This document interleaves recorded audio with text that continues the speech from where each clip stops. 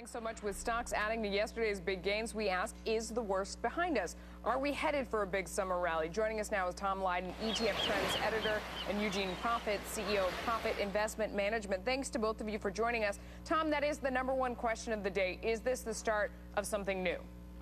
Well, I think the key is, Melissa, the average American is feeling like they're living through the movie Groundhog Day.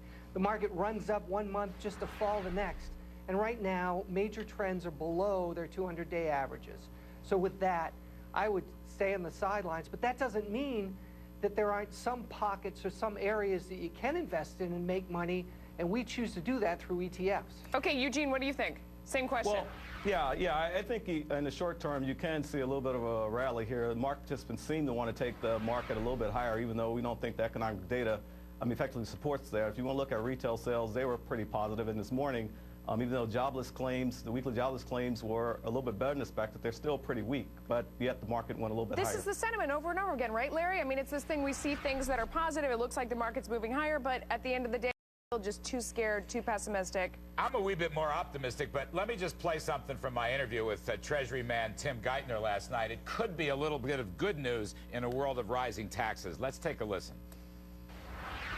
Let me tell you what the president's going to fight for and propose. We're going to make sure that we extend and leave in place tax cuts that will go to benefit more than 95%, not just of individuals in this country, but of businesses across the country. We think that's good policy, good for the country, sensible policy. We're going to make sure that we keep at 20% the existing rates on dividends and capital gains. We think that's good policy, too.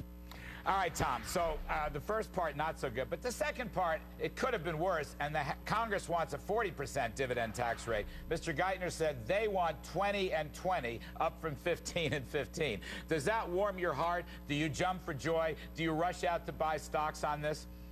I don't think so, Larry. 20 is obviously better than 40, but obviously they're going to go after the wealthy. And if the wealthy aren't spending, and again, you did a great job last night, but also the retail experts that you just had on didn't touch on the base that luxury sales are down last month. MasterCard just reported that.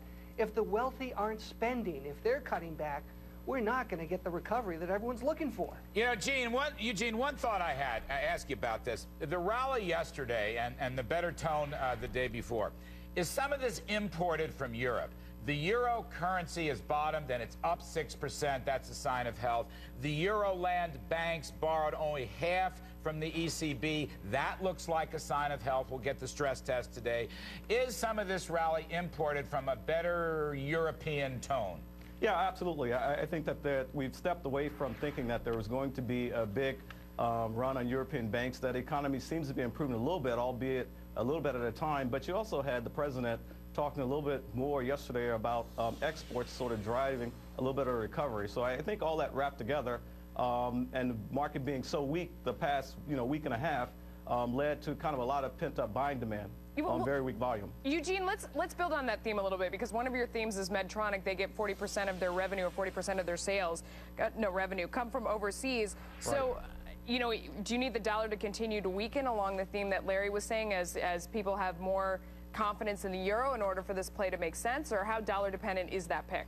No, I don't think it's dollar dependent. I think actually more towards the dollar is the fact that the deficit is so large that actually U.S. borrowing costs are lower. But effectively, your growth is in emerging markets and around the world. As President said, 95% of the growth probably is coming from that area. And so basically the Medtronic play is more based on the fact that the tax that's being proposed with the healthcare reform doesn't impact overseas revenue, and so if 40% of revenue is coming from overseas and growing, we think there's a mispricing going on with respect to investors being concerned in healthcare space about healthcare reform. Tom Lydon, are you going to make any investment bets on the earnings season, which really starts next week? That's going to be a key part. Profits of the mother's milk of stocks. Are you ready to make any investment bets? It is, Larry, and the key is last 6 quarters have been better than expected, but so far, listening to the street, they're thinking that this quarter it may disappoint. So we're keeping our powder dry. We're staying on the sidelines, and corporate bond yields are 6 to 8%. You can get some great ones with JNK.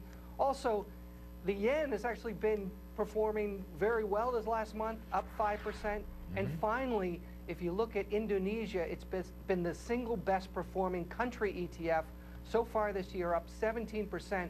loaded with natural resources, a great consumer base.